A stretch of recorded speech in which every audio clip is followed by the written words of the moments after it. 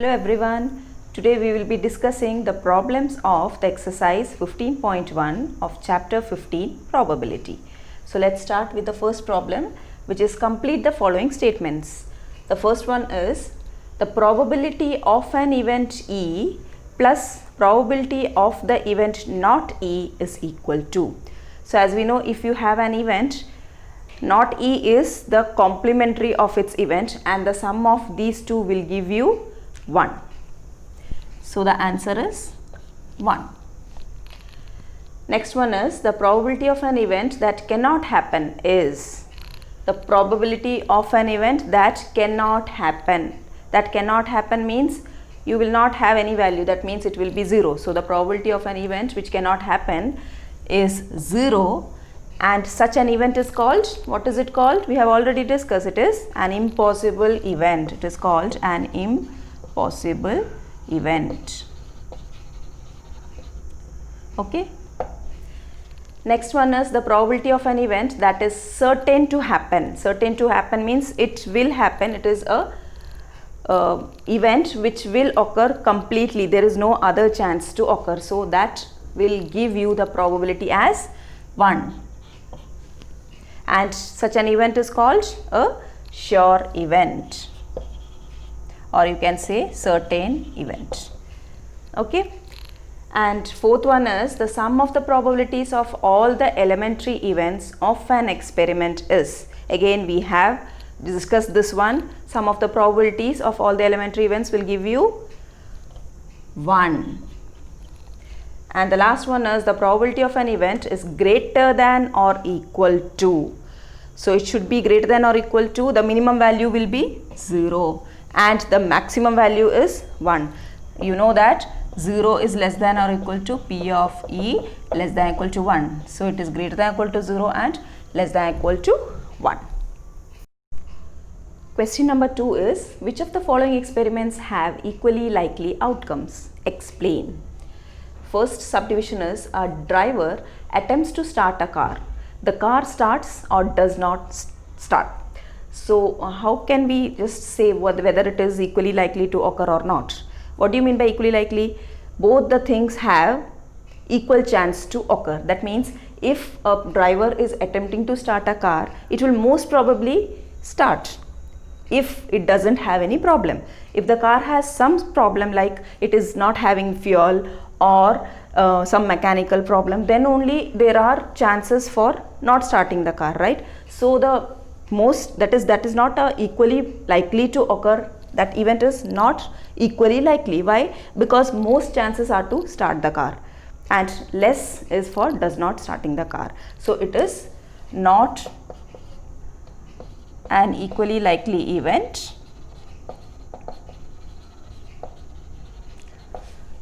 Why? They are asking why you are just saying that it is not an equally likely event. Because it will not start if it has some problem like fuel or mechanical problem. Okay, it will not start if the car has some maintenance problem. Maintenance problem or fuel, etc. Okay. So it is generally not an equally likely event. Now what about the second one? A player attempts to shoot a basketball. She or he shoots or misses the shot. So the player is attempting to shoot a basketball. Normally a basketball player will shoot a basketball. So there are more chances to shoot a basketball rather than missing the shot. So again here you can say that it is not an equally likely event. Why? Because it doesn't have an equal chance that he will shoot or she will shoot or miss, right? So it is not an equally likely event. Because what will happen? What you can say? Because the player will most probably shoot the basket. Either he will shoot or he will miss the shot, but the most probable chance is to shoot the basketball. Okay, Because he is a player, he will shoot the basketball.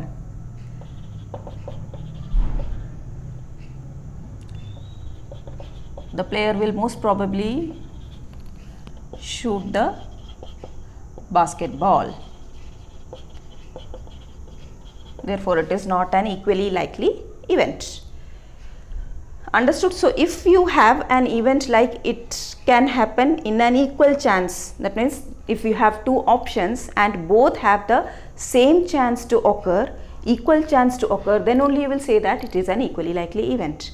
Now, let's move on to the third one, which is a trial is made to answer a true-false question. The answer is right or wrong. You know it very well that if you have a true or false question, you have only two options, either it will be right or it will be wrong. It cannot happen like it is right and it is wrong, right? So, you can say that it is an equally likely event. Why? Because either it is right or it is wrong. Because either the answer is right or the answer is wrong.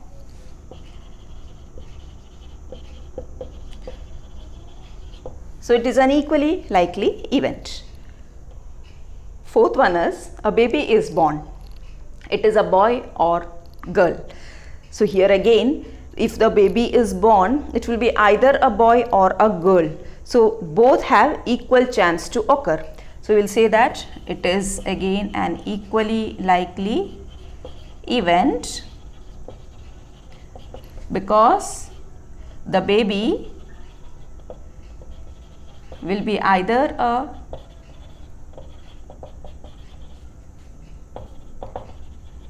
a boy or a girl. So, it is an equally likely event. Question number 3 is, why is tossing a coin considered to be a fair way of deciding which team should get the ball at the beginning of a football game? You have seen in a cricket game also, you have the same concept, that is tossing a coin.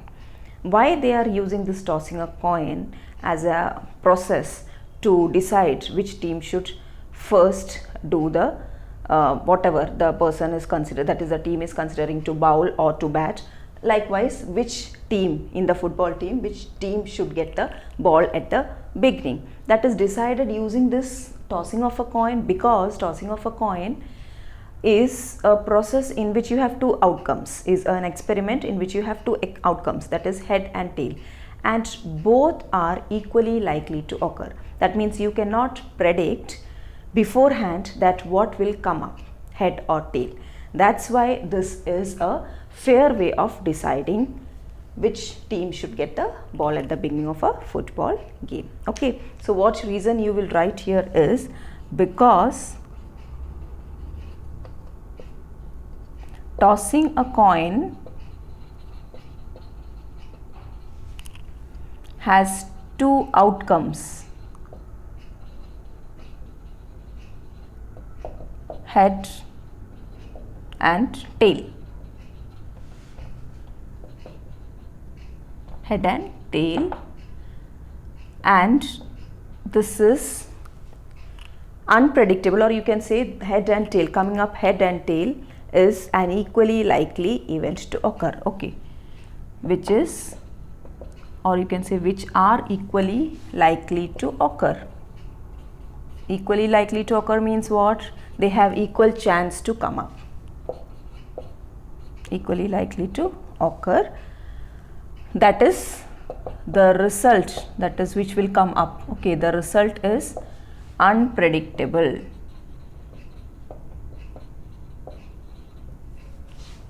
Therefore, tossing a coin is a fair way of deciding which team should get the ball at the beginning of a football game. Question number 4 is, which of the following cannot be the probability of an event? So the options given are 2 by 3, minus 1 by 5, 1.5, 15% and 0.7. So the thing which we know, that is, if you have an event, the probability of the event should always lie between, or always it lies between 0 and 1, that is 0 less than or equal to P of E less than or equal to 1. So we have to just check whether all the values or which of these values does not lie in between 0 and 1. That will give you the answer. Now going for the first one, which is 2 by 3, it is in between 0 and 1, yes. Then for the second one, it is actually a negative number. We will talk about this one later. That is 15%. Again, it is 15 by 100, which is 0.15, and 0.7 is again a number which is lying between 0 and 1. So the only thing which is not lying between 0 and 1 is negative 1.5, which is a negative number. That means it is less than 0, and you should have the probability of any event to be greater than 0 and less than 1, like that, right? So the option which cannot be the probability of an event is option B, minus 1.5. Next is question number 5. If P of E is equal to 0.05, what is the probability of not E? That is, probability of an event is given. You have to find out the probability of not E, that is its complementary events probability. And we know that if you have an event E, the probability of that event plus the probability of the complementary event will give you 1. So that now you have to find out what is P of not E, which is equal to 1 minus P of E, which is equal to 1 minus 0.05, that is, it is 0.95. Next is question number 6. A bag contains lemon flavored candies only. Malini takes out one candy without looking into the bag. What is the probability that she takes out, first one, an orange flavored candy, second one, a lemon flavored candy? So the bag is containing only lemon flavored candies. Now if you want to find out the probability that she takes out an orange flavored candy, whether it contains orange flavored candy, that is the bag contains, no, it doesn't contain. That means it is actually an impossible event. So you can say that the probability of getting an orange flavored candy is impossible, or you can say probability is equal to 0. Okay, since the bag contains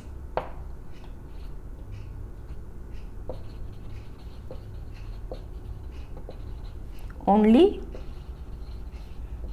lemon flavored candies, comma, the probability of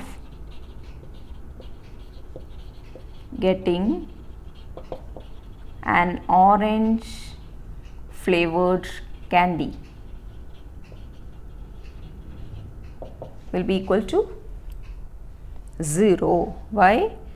Because it is an impossible event, and the probability of an impossible event is 0. Okay. Now for the second one, you have to find out the probability of getting a lemon flavored candy. Again, the bag contains only lemon flavored. That means whatever Malini takes out, that will be a lemon candy. So you can say that since the bag again contains only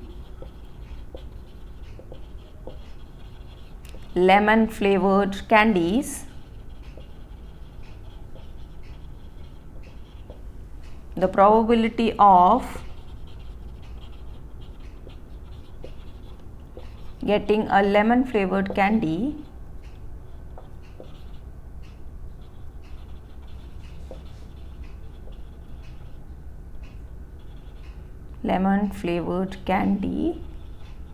will be equal to 1. Why? Because it is a sure event. It will only happen. That is, whatever she takes out from the bag, it will be a lemon candy or lemon flavored candy, because it contains only those type of candies. Okay. So this reason for this is, since it is a sure event or a certain event. Okay, and the probability of a sure event is always 1, and probability of an impossible event is always 0. Question number 7 is, It is given that in a group of 3 students, the probability of 2 students not having the same birthday is 0.992. What is the probability that the 2 students have the same birthday? So first we will take, let E be the event that the 2 students have the same birthday. So we can just see that we have to find out P of E. If we are taking E as, let E be the event that the 2 students have the same birthday.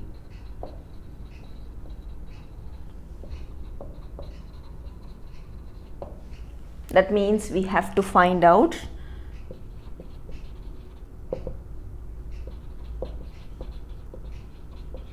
what is P of E, right? You have to get what is the value of P of E.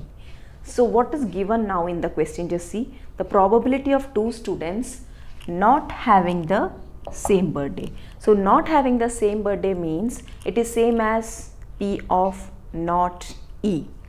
If we have taken E as event that the 2 students have the same birthday, then the event that the 2 students doesn't have the same birthday will be not E. Okay, so what is given in the question? Given as P of not E, and how much it is given? 0.992. So how will you find out P of E? Since you know that P of E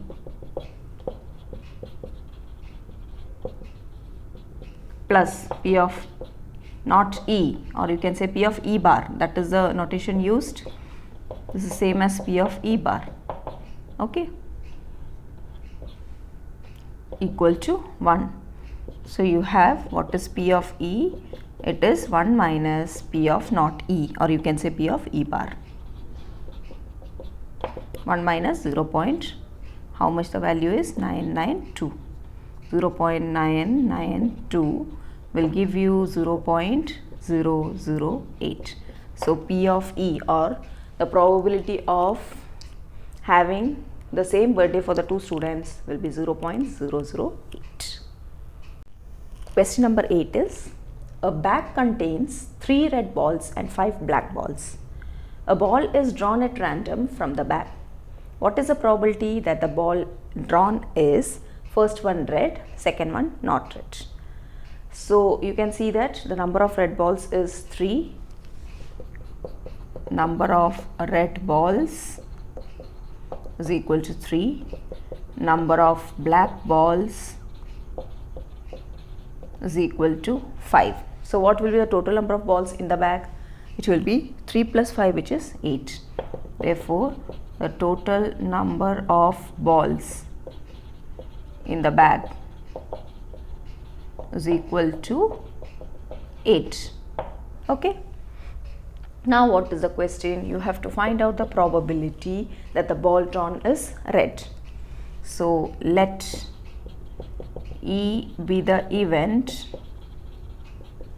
of getting a red ball or drawing a red ball. Okay, you can say of drawing a red ball also, or you can say let E be the event that the ball drawn is red. Drawing a red ball, or you can say E be the event that the ball drawn is red.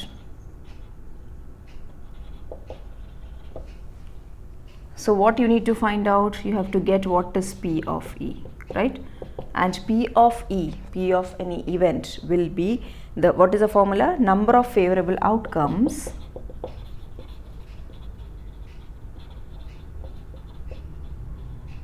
divided by total number of outcomes. So here you can see total number of outcomes is 8 and the favorable outcomes, that is getting a red ball, is 3. So the answer is P of A is equal to 3 by 8. Okay, that is your first subdivision. Now what is the second? What is the meaning of second? If the ball drawn is not red, then the only possibility here is getting a black ball. So if there are two perspectives to see the problem. Not red is same as it is not getting a red ball, or you can say getting a black ball. Both will give you the same answer. Now suppose I am making not red as black, I will get the favorable outcomes of black ball is 5 and the total outcomes is again it is 8. So you will get 5 by 8 as the answer. Or else if I am using the concept of probability of an event plus probability of its complements event will be equal to 1, that will also give you the same answer.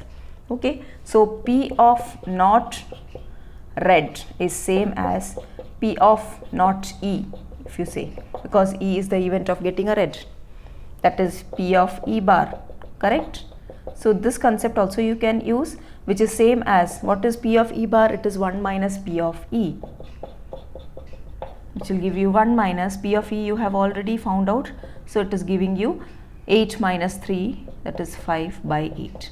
Or else you can take the same question as P of not red, this is OR, okay. So P of not red is same as P of getting a black ball, and P of getting a black ball is its favorable outcome, number of favorable outcomes divided by the total number. So its favorable outcome, you know, it is 5 divided by total number is again 8, so it is 5 by 8. So either of the method you can use here, right? Question number 9 is, a box contains 5 red marbles, 8 white marbles and 4 green marbles. One marble is taken out of the box at random. What is the probability that the marble taken out will be first one red, second one white and third one not green? So you have to find out the probability of getting a red marble, getting a white marble and getting a marble which is not green. Not green is same as it can be either red or white, or you can just consider that you can first find out what is the probability of getting a green and then reduce it from 1. That will give you probability of not green. Okay, so first we will start with the number of red marbles is equal to 5, number of white marbles is equal to 8 and number of green marbles is equal to 4. That means the total number of marbles will be 5 plus 8 plus 4, which is 13 plus 4, 17. So 17 is the total number of marbles. Now we will move on to the first question. What is the first one? P of getting a red. So getting a red marble means you have to see what is the total number of red marbles and the total number of marbles. Okay, so the number of favorable outcomes means it is here number of red marbles divided by total number of marbles, which is equal to 5 by 17. So this is the probability of getting a red marble. What is the second subdivision? Probability of getting a white marble. P of getting a white is same as number of white marbles divided by total number of marbles.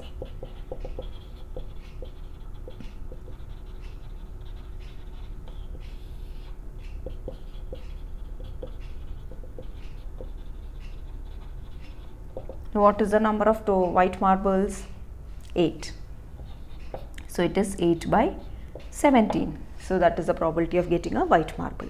Now the third one is P of not green, and P of not green is same as 1 minus P of green. 1 minus P of green, as in the case P of E complement or E bar or P of not E is equal to 1 minus P of E.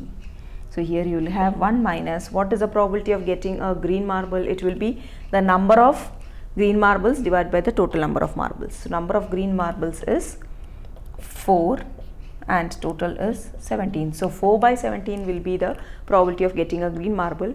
So that P of not green, probability of not green will be 1 minus 4 by 17, which is 17 minus 4 by 17, which is 13 by 17. So the probability of getting not a green marble is 13 by 17. And this can be done in another way also, that is, if you are having or you are finding out the probability of not getting a green, means it can be either a red marble or a white marble, so that the sum of these two number of marbles will give you the favorable outcomes number. That is, number of favorable outcomes will be 5 plus 8, which is 13, and that divided by the total number, which is 17, will give you the answer. In that manner also you can do the third subdivision. Okay.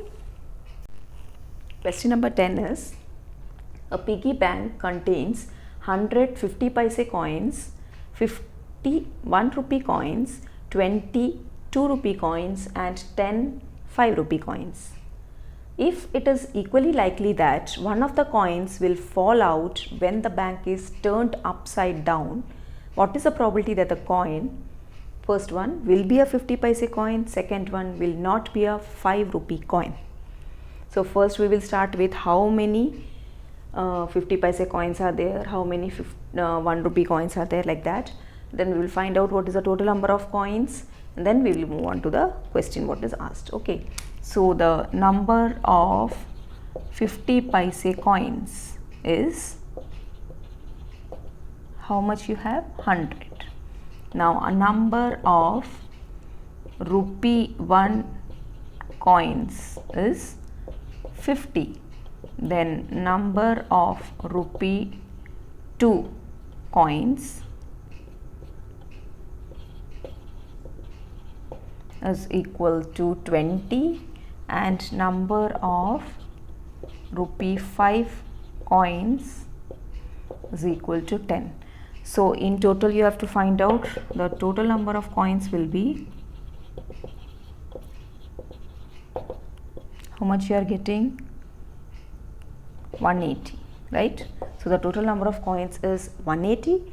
Now we will move to the question. What is asked?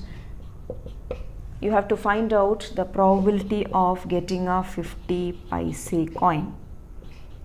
So what will be that? It will be the total number of 50 paise coin divided by the total number of coins. Okay. So number of 50 paise coins divided by total number of coins will be the probability of getting a 50 paise coin.